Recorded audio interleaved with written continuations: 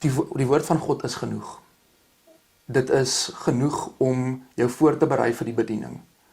En soek vir jou uit mentors wat vashou aan die skrif en wat jou nie weglei van die woord van God af nie, maar amper jou neus daarin druk.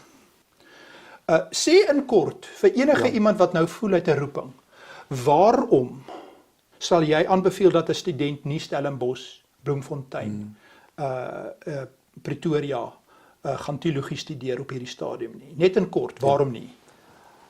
In kort verdie van hulle is nie skrifgetrou nie. Hulle hou nie aan die belydenisskrifte vas nie en die akademiese standaarde het baie gedaal. As hier ouens is wat 'n passie het, wat 'n dominee wil word en voel hulle wil daai internasionale blootstelling kry, bid daaroor, doen aansoek, kry 'n verwysing van jou dominee. Toe kom ek op 'n Puritan uit en ek kom toe in kontak met hulle staf en ons praat maar ons het net gekyk hoorie maar stem ons ooreen, is ons visie dieselfde as ons nou daai woord kan gebruik en toe besef ek maar hier is mense wat werklik my passie vir reformatoriese leer deel en wat dit op 'n hoë standaard gaan aanbied. Goed. En toe doen ek aansoek. Dit was 'n redelike interessante proses want net voordat ek aansoek gedoen het, gaan praat ek met een van hulle graduates. Reg. En toe sê hy vir my, Leroux, die akademiese standaard is te hoog, moet nie eers aansoek doen nie. So dit was 'n interessante om toe nou met die ouens te gaan praat. Dit was moeilik, maar die Here in sy voorsienigheid het regtig my gelei. Vriende, ek het die lekker voorreg om vriende te wees met Leroux Lindetjie. En ons het ontmoet so tyd terug hier in Stellenbosch.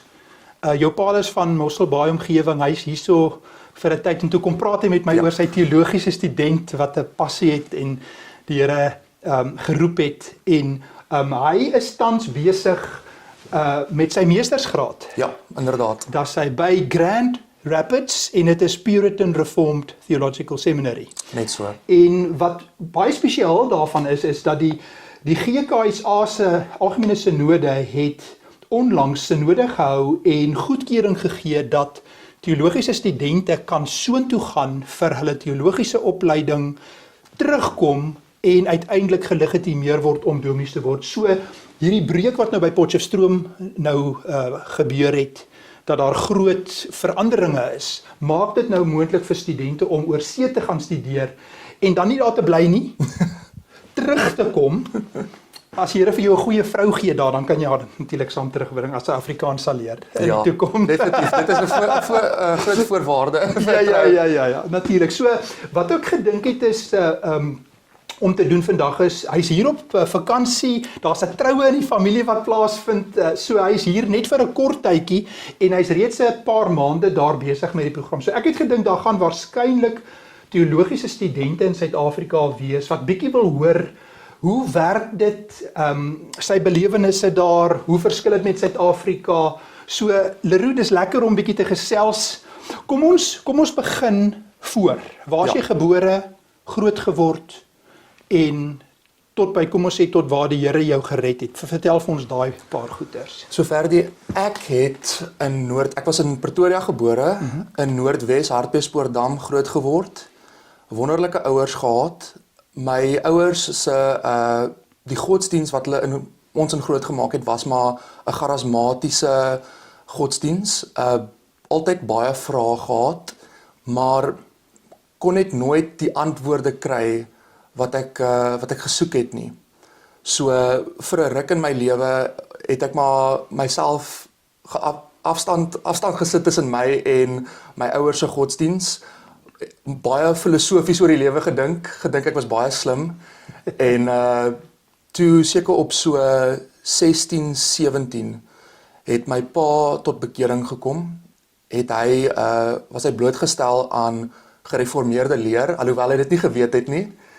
En toe het ek onder sy invloed gekom en besef, maar ek is 'n sondaar, ek kan niks daaraan doen nie.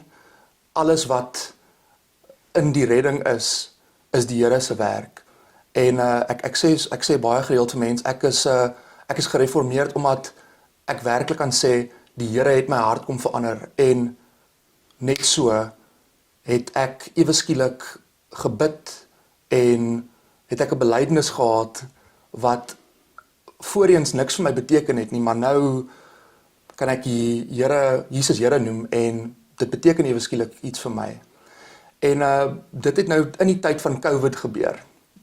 So ek was op pad weermag toe op daai tyd en toe gebeur COVID en toe kon ek nou nie Britse weermag toe gaan nie. So toe vra ek vir my pa, kan ek iets swat in die tussentyd? Toe vra hy vir my seun, wat wil jy swat? En toe sê ek, pa, ek hou nogals van teologie. En toe sê hy, okay, dis vreemd, maar ons kan 'n plan maak. En toe begin ek teologie in my ondergraad swat. Voorgraad swat. En daar was nog glad nie by my die oortuiging dat ek in die bediening in moet gaan nie. Maar daar was 'n liefde vir die woord en 'n liefde vir leer.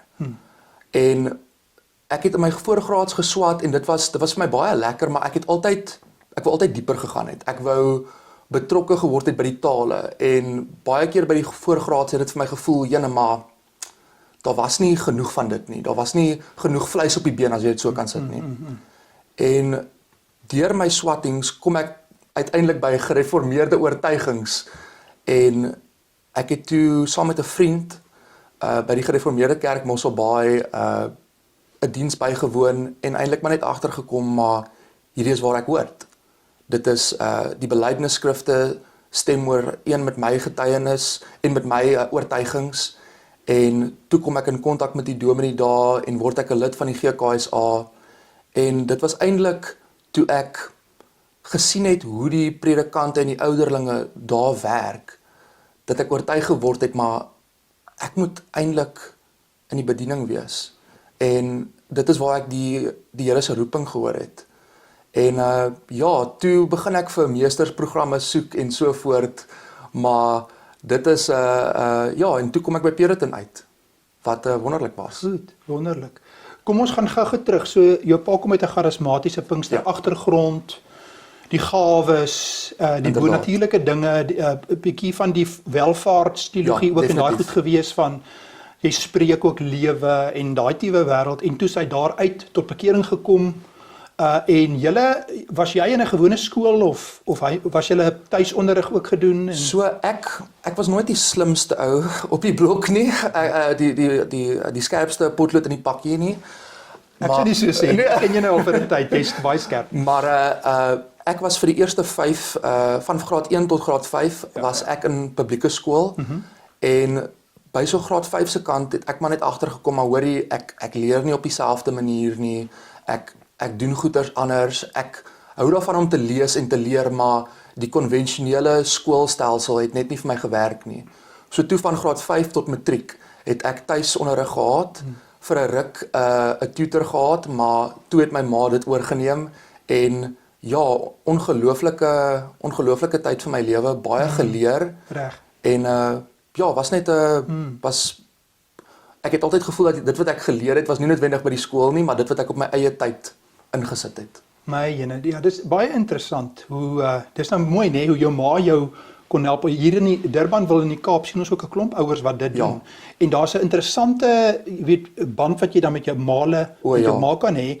En mens sien hier dat van die kinders leer selfs baie meer.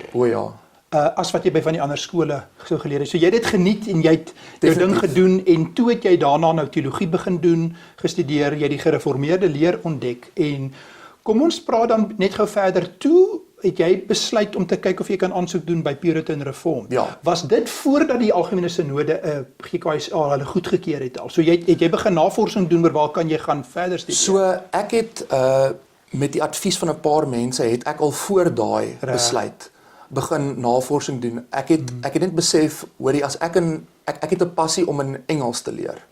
En om die gereformeerde leer in Engels aan te bied in Suid-Afrika.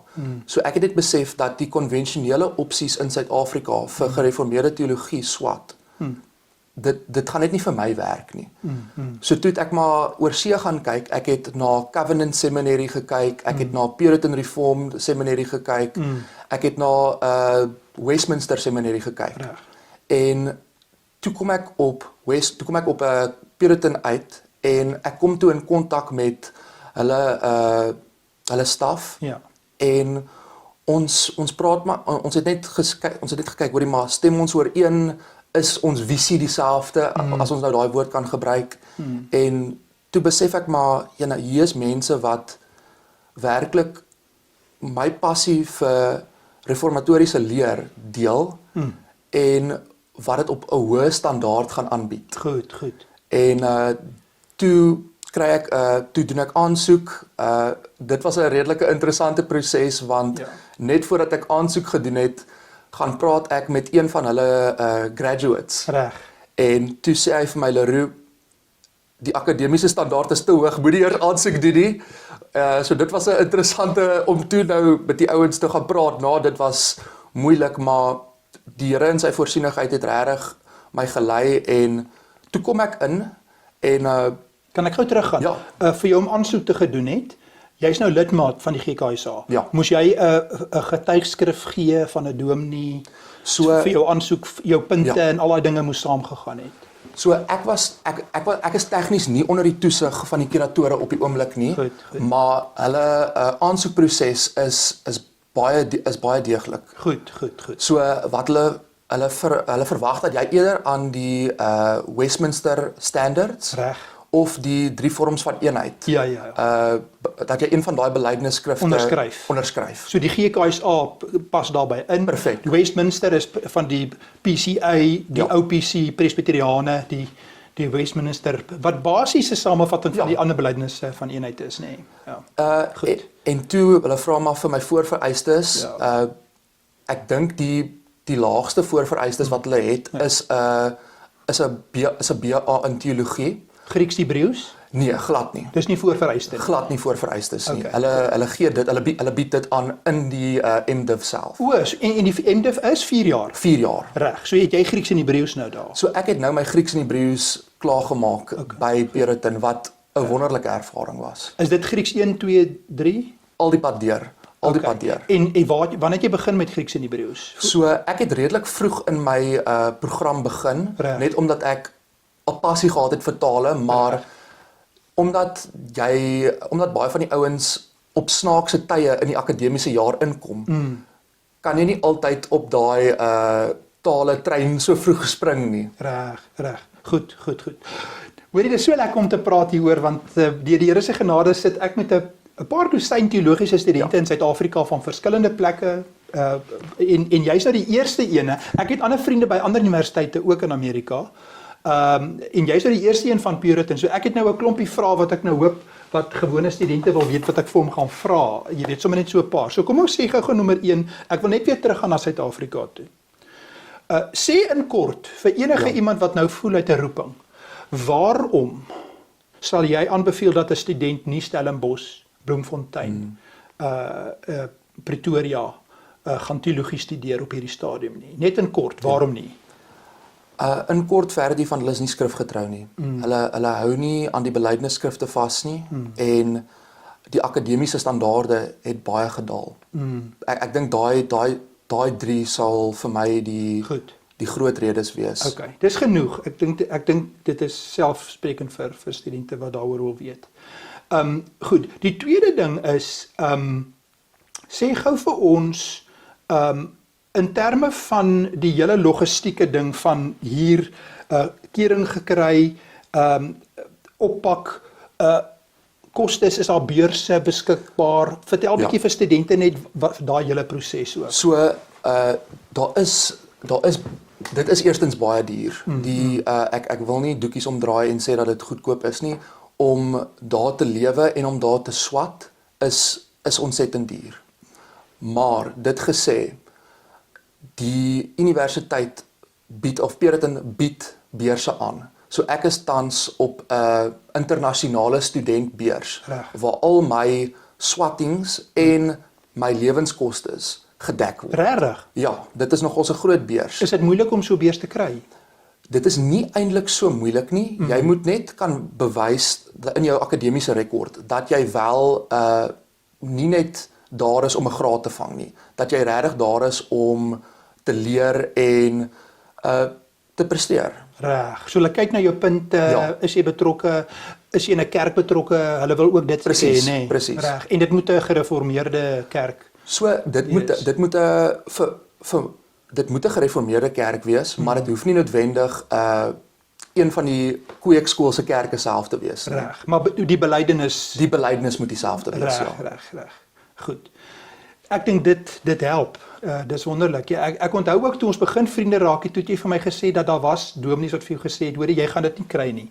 Jy kan aansoek doen, maar vergeet nou maar daarvan. En toe die Here daarvoor beskik. So as hier ouens is wat 'n passie het, wat 'n dominee wil word en voel hulle wil daai internasionale blootstelling kry, bid daaroor, doen aansoek, kry 'n verwysing van jou dominee. Help dit dat jy Grieks en Hebreëus al bietjie reeds gedoen het ook? Dink jy dit help 'n bietjie? Dit is, ek moet vir jou sê Ferdi, hulle begin van scratch af. Goed. En die rede hoekom hulle dit doen is dat baie van die ouens wat aansoek doen vir die MDiv in Amerika self, het geen teologiese agtergrond in akademiese opstel nie. Ja. So hulle is prokureurs, hulle is dokters, hulle is rekenmeesters en hulle het 'n roeping tot die bediening gevoel en toe doen hulle aansoek. So hulle moet van niks af begin nie, as ek dit so kan stel. Korrek. Weet jy, dis 'n ding wat baie van ons ouens nie weet nie, want ek het ander vriende ook wat die MDiv van Amerika gaan doen het. En in Suid-Afrika was dit in die ou dae so dat jy eers filosofie, universiteit voorgraads en jou tale gedoen. En dan het jy na daai 3 jaar gewoonlik, dan het jy oorgeskuif na teologie toe. So jy het ouens soos jy sê wat in die wêreld was of ingenieurs of prokureurs was. En dan nadat hulle daai graad het, dan doen jy jou 4 jaar kweekskool amper en al jou vakke wat jy dan doen. Nou goed, so laat ek net gou daarby sê. So as hier studente is wat sê ek is bang vir Grieks en Hebreëus en voel jy sukkel daarmee en jy weet nie hoe gaan jy dit maak nie. Ontspan. Hulle gaan met jou begin van vooraf en wat ek gedoen het destyds, ek het die handboeke vir Grieks en Hebreëus voor die tyd aangekoop en toe ek instap het ek reeds die eerste paar hoofstukke vir myself deurgewerk. En toe ek instap, toe ek 'n hup stoot en toe gaan ek net in. So jy kan dit maak as jy net gaan begin ook met jou Grieks en Hebreëus. Ja, dit is regtig, dis 'n kwessie van tyd insit. Maar op jou boude sit. Ja, op jou boude sit en leer. Ek sê dit vir 'n klomp van die studente wat vir my ook kontak. Maar dit is absoluut die moeite werd om God se woord in die oorspronklike tale te kan lees. Jy kom daar uit by daai punt en dan kyk jy terug op al hierdie sweet en bloed wat jy ingesit het en dit is absoluut die moeite werd. Ja, wonderlik. Jy het nou verwys na die standaard is baie hoog. Ek het in Engeland en Holland ook kon verder studeer. Ek het ook dadelik beleef toe ek in Engeland kom dat die standaard primêre bronne nie, jy weet die opsommetjies van 'n dosent nie, jy moet die primêre bronne lees. Verduidelik hoekom dink jy dis belangrik?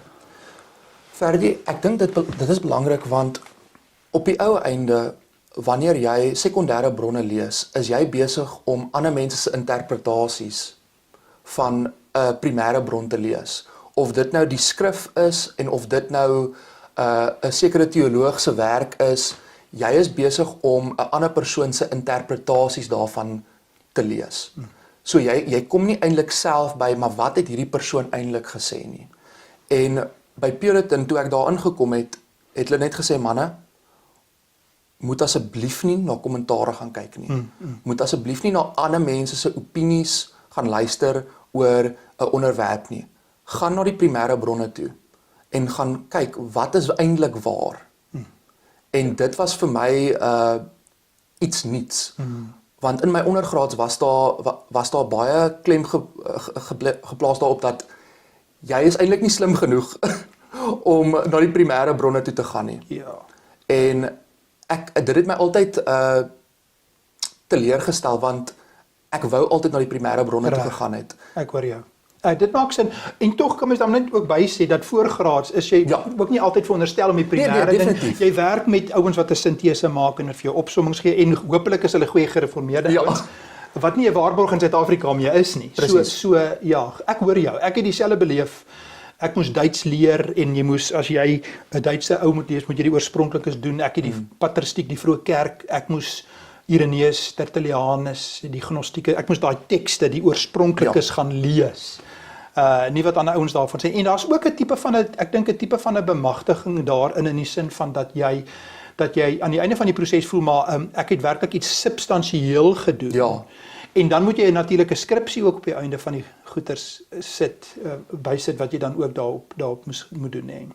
Ja, dit is 'n Later, jy gaan dit nog later doen. dit gaan ek nog later die skripsie doen. dan. Ek moet sê veral in kerkgeskiedenis. Goed.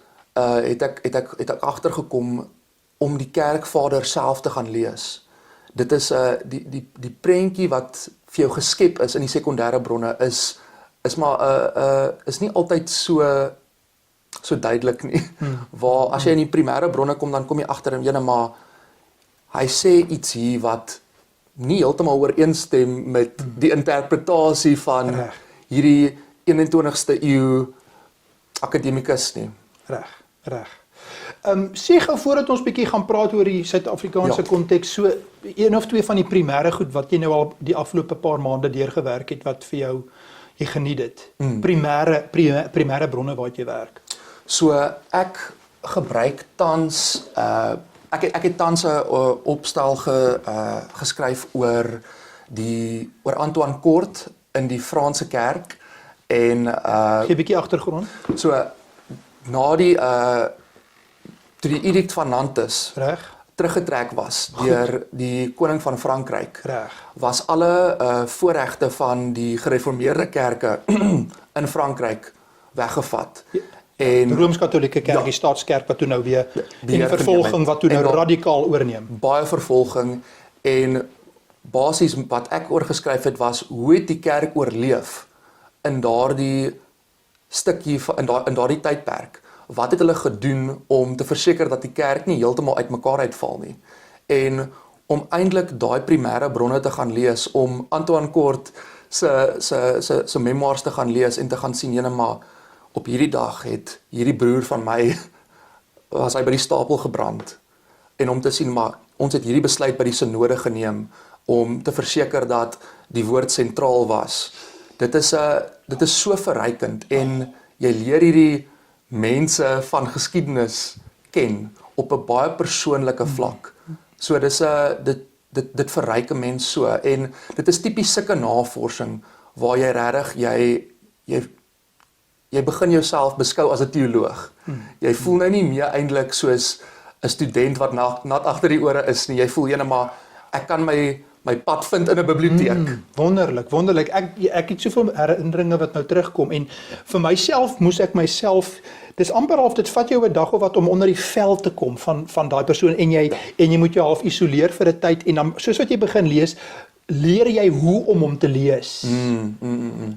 En dan vir jouself opsommings te maak en stukkies te onderstreep en jou eie stukkies daar uit te vat. Ja. En dan die opwinding is om die hele tyd ook in die agterkop te dink aan Suid-Afrika en te dink aan hoe gaan ons dit gebruik in Suid-Afrika? Wat is nodig nou in Suid-Afrika? So ek het juis die opstel geskryf oor Antoine Kort met die gedagte van verdrukking. Hoe kan die kerk funksioneer en hoe moet hy optree wanneer daar vervolging kom? Ja. En ek het altyd Suid-Afrika in my agterkop gehad. Reg. Sê gou vir ouens jou generasie. Jou pa het vertel het in die charismatiese kerke ook vir jare gewees. En toe die Here julle die gereformeerde leer gegee. Sê gou. Ek het nie voor die tyd vir jou gesê nie. Ek sou net lekker in van jou praat. Wat is die evangelie? En wat is dit nie? Vergelyk dit met die charismatiese evangelie? Ja. En wat is die ware Bybelse evangelie? Die evangelie is Sê eers die charismatiese evangelie. Okay. Die charismatiese evangelie is hierdie oorweldige gevoelings. Hierdie gevoel van maar God is darm nie kwaad vir my nie. God is darm nie ek is nie in sy slegte boekies nie. En ek wil myself beter laat voel. Ek wil net kerk toe kom en terugkom basies met ek wat 'n TED Talk geluister het. So dit is Terapie. Dit is terapie en dit is moraliteit. Verduidelik dit. Baie kerke, veral liberale kerke, wil jou 'n beter persoon maak. A better you. Ja, as ek dit so kan stel, they want to reform your behavior. Hulle soek nie hartverandering nie. Al sê hulle dit, hulle sal dit Ja. seker sê, maar Hulle sal dieselfde terminologie as die skrif gebruik, maar wat hulle bedoel is heeltemal anders. reg. So dit is waar ek die groot verskil sal En hoe pas Jesus daarin? hy's 'n goeie leermeester, dis al. Hy's nie 'n redder nie. Hy's nie Here nie. Hy's maar eintlik maar net 'n ou wat vir jou die pad aanwys. En dit is so hartseer, want dit is net nie die prentjie wat ons in die skrif kry nie. Hoe lyk die ware evangelie? Die ware evangelie is dat jy 'n sondaar is en dat jy in jou sonde dood is. En dat God in sy genade sy seun gestuur het om jou te red en dat as jy op sy werk vertrou, dat jy gered kan word en dat jy dan sy gees ontvang en dat deur sy gees jy nie net jou lewe skoonmaak en opruim nie, maar dat daar werklike hartsverandering is. Dat jy begin lewe vir God se glorie en nie vir jou eie selfsugtige redes nie. Dit is die evangelie. Amen. Amen. Loof die Here. Ja. Dis kosbaar om met jou oor hierdie goeters te praat. Daar's nog so baie goed waaroor ons kan praat, maar ek dink dit is miskien vir 'n eerste, jy gaan nou as die Here wil elke jaar so vir 'n paar weke kom en miskien kan ons net dit vandag net saamvat en afsluit met Paulus wat vir Timoteus en vir Titus skrywe oor wat is die kriteria vir 'n leraar? Wat is dit? Hoe moet so 'n leraar wees? En ook die gevare van die tyd waarin ons lewe wat nie by die woord wil staan nie. Miskien kan ons net kyk na 2 Timoteus, dat ons dit net gou ons dis vir my kosbaar die afgelope tyd ook, omdat ons het nou van die charismatiese ouens ook gepraat, dit gaan net oor my belewenis of 'n ervaring, nie meer sonde regtig nie, en die Here is hier om my te seën. Ja. Aan die een kant, in die van die liberale kerke waar hulle eintlik 'n klomp goed net sê dis kulturele goeters en ons hoef dit nie meer vandag te hê nie, en jy gebruik die nuwe lens Ja. om die skrif aan te pas by vandag se tyd. En dan sê Paulus in 2 Timoteus 3 vers 14 af. Ons het dit nou al 'n paar keer gelees, maar dit is vir my so relevant vir enige ou wat 'n roeping het. Definitief. Van die genoegsaamheid van die skrif. Hier het ek van prof Joel Beeke se kommentare, of nie kommentaar nie, sy sistematiese teologie, Ken hulle goed. waar hulle dit in detail bespreek. In detail. Maar hier word dit saamgevat. Ja. Wil jy nie vir ons hierso lees 2 Timoteus 3 vanaf vers 14 af, en dan kan jy sommer so die eerste paar versies in hoofstuk 4 ook lees, en dan doen jy dit op 'n manier dat jy jong manne soos jy, wat reg oor Suid-Afrika is en moedeloos is en oorweldig is, maar wat ook 'n roepingsbesef het, maar nog onseker is, Ja. om hulle 'n bietjie net te motiveer deur hierdie stukkie wat jy gou vir ons lees. Ja, sekerlik, Ferdi. Maar jy bly by wat jy geleer het en wat jy vasglo. Jy weet tog wie jou leermeester was en jy ken van kleins af die Heilige Skrif. Dit kan jou kennis bybring wat tot verlossing lei deur die geloof in Christus Jesus. Die hele skrif is deur God geïnspireer en het groot waarde om in die waarheid te onderrig, dwaling te bestry en verkeerdhede reg te stel en regte lewenswyse te kweek, sodat die man wat in die diens van God staan volkome voorberei en toegerus sal wees vir elke goeie werk. Ek beveel jou voor God en voor Christus Jesus, wat die lewendes en die dooies sal oordeel. Ek beveel jou met die oog op sy koms en sy koningskap, verkondig die woord, hou daarmee vol, tydig en ontydig, weerlee, bestraf, bemoedig, deur met alle geduld onderrig te gee. Want daar sal 'n tyd kom, wanneer die mense die gesonde leer nie meer sal verdra nie. Hulle sal hulle eie begeertes volg en vir hulle leermeesters bymekaar maak wat net sal preek wat hulle graag wil hoor. Ja, die woord van God is genoeg. Dit is genoeg om jou voor te berei vir die bediening. En soek vir jou uit mentors wat vashou aan die skrif en wat jou nie weglei van die woord van God af nie, maar amper jou neus daarin druk. Dit is regtig waardevol en ja, ek kan vir jou eerlikwaar sê dat vir julle wat daar buite luister, Puritan is sulke plek. Ek het met elkeen van my proffies 'n persoonlike verhouding en elkeen van hulle, wanneer ek met hulle kom praat en vir hulle vra, dan is daar 'n oop Bybel op die tafel. En dan vra hulle vir my, Leroux, hierdie onderwerp, kom ons kyk wat die skrif daaroor sê.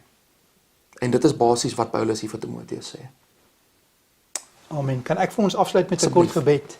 Sommer vir jou bid en ook vir 'n klompie ander studente. Driemaal heilige God, ons kniel voor U, U wat nie gemaak is nie, U wat van alle ewigheid tot alle ewigheid daar is. U wat heilig, heilig, heilig is, U wat genade is, U wat geregtigheid is. Ons kniel voor U, ons buig voor U as U slawe. Here, en dankie dat U kerk bou en dat die poorte van die hel dit nie sal oorweldig nie. Here, ons harte is stikkend oor ons land en oor soveel kerke wat die tydsgees omarm het en 'n sluier het wat hulle verblind. Here, U woord waarsku ons daarteen, teen wolwe in skaapsklere. U waarsku ons, dankie vir Paulus, dankie vir Timoteus, Here, dankie vir hierdie woorde, dat ons onsself onder die gesag van U woord sal stel. Ons bid, Here, vir manne, jong manne in Suid-Afrika, wat nie weet wat om te gaan doen nie, maar wat 'n passie het vir U woord. Here, wil U 'n nuwe generasie, jong manne oprig, om die fakkel van die evangelie reg oor Suid-Afrika te vat. Ons dink aan gemeentes waar daar nie meer leraars is nie. Ons bid vir manne wat U gaan oproep om aan te meld en deur te druk met die studies en dat U hulle gaan gebruik. Dankie Here dat U nog nie klaar is met ons nie. Dankie dat U nog nie klaar is met Suid-Afrika nie. En dankie Here dat ons U gaan sien wanneer U kom op die wolke soos U waarlik is en tot in alle ewigheid sal sing, heilig, heilig is die Here. Ons bid dit in die wonderlike naam van ons Here en Here Jesus Christus. Amen.